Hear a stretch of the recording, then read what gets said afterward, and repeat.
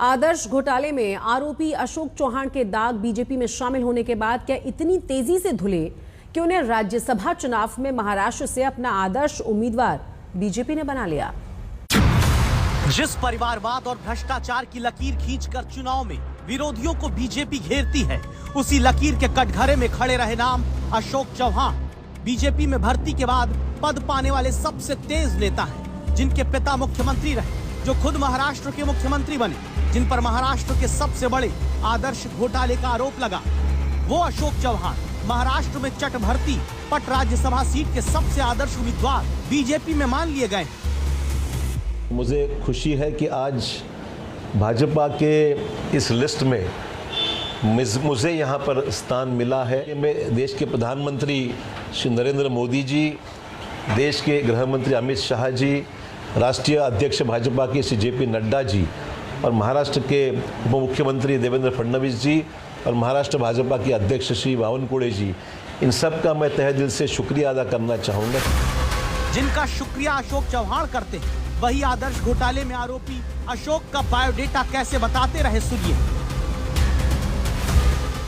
यहाँ महाराष्ट्र में इन लोगों ने किस तरह एक आदर्श सोसाइटी बनाने की कोशिश की थी, शहीदों के परिवार को धोखा दिया था। इससे तो नांदेड़ और पूरा भारत भली भांति परिचित है। जो देवेंद्र फडणवीस बीजेपी में एंट्री की पर्ची काटकर चौहान को दे चुके हैं, उन्हीं पर चुन चुन कर भ्रष्टाचार के आरोप में वार होते रहे। विकास करू शकत नाही याचं कारण तुम्ही बघा, ते लीडर नाही आहेत, अशोकराव लीडर नहीं है, अशोकराव डीलर है। तो अब क्या अशोक चौहान लीडर हो गए, जिन्हें घोटाले का डीलर महाराष्ट्र में बीजेपी बताती रही? विपक्ष के आरोपों के आधार पर देखें तो भ्रष्टाचार के आरोपों से जिनका दामन कांग्रेस में रहते काला था, जिन पर घोटाले के गंदे छींटे बीजेपी बताती रही, जिनके कपड़े करप्शन के मारे काले बताते थकती नहीं थी बीजेपी। श्वेत पत्र तक में जिस आदर्श घोटाले का जिक्र बीजेपी ने संसद में किया, वही क्या विपक्ष के मुताबिक बीजेपी की वॉशिंग मशीन में धोकर, सुखाकर, ईमानदारी के आयरन से ऐसे प्रेस किए जा चुके हैं कि उन्हें बेदाग मानकर राज्यसभा का उम्मीदवार बना दिया गया। मीठा मीठा गप गप और कड़वा कड़वा थू, क्या यही वो राजनीति है जहां अपने लिए फायदेमंद तो कोर्ट के फैसले के इंतजार वाली अशोक चौहान पर थ्योरी, वरना जब तक दूसरे के पक्ष में रहे तो क्या कुछ नहीं कहा गया?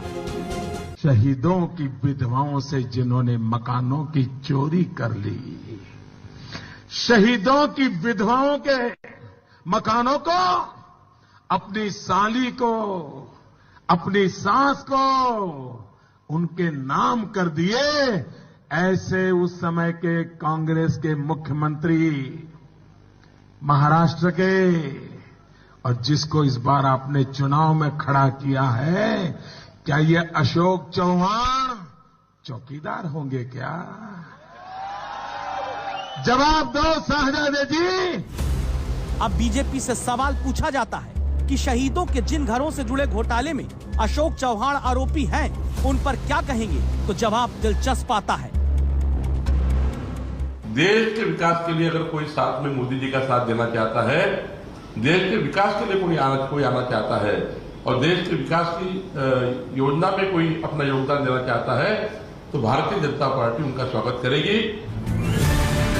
देश के विकास के नाम का ऐसा सियासी साबुन क्या बीजेपी के ही पास है, जहां दागी का चाल, चरित्र और चेहरा तीनों धुल जाता है बीजेपी का झंडा थामने के बाद?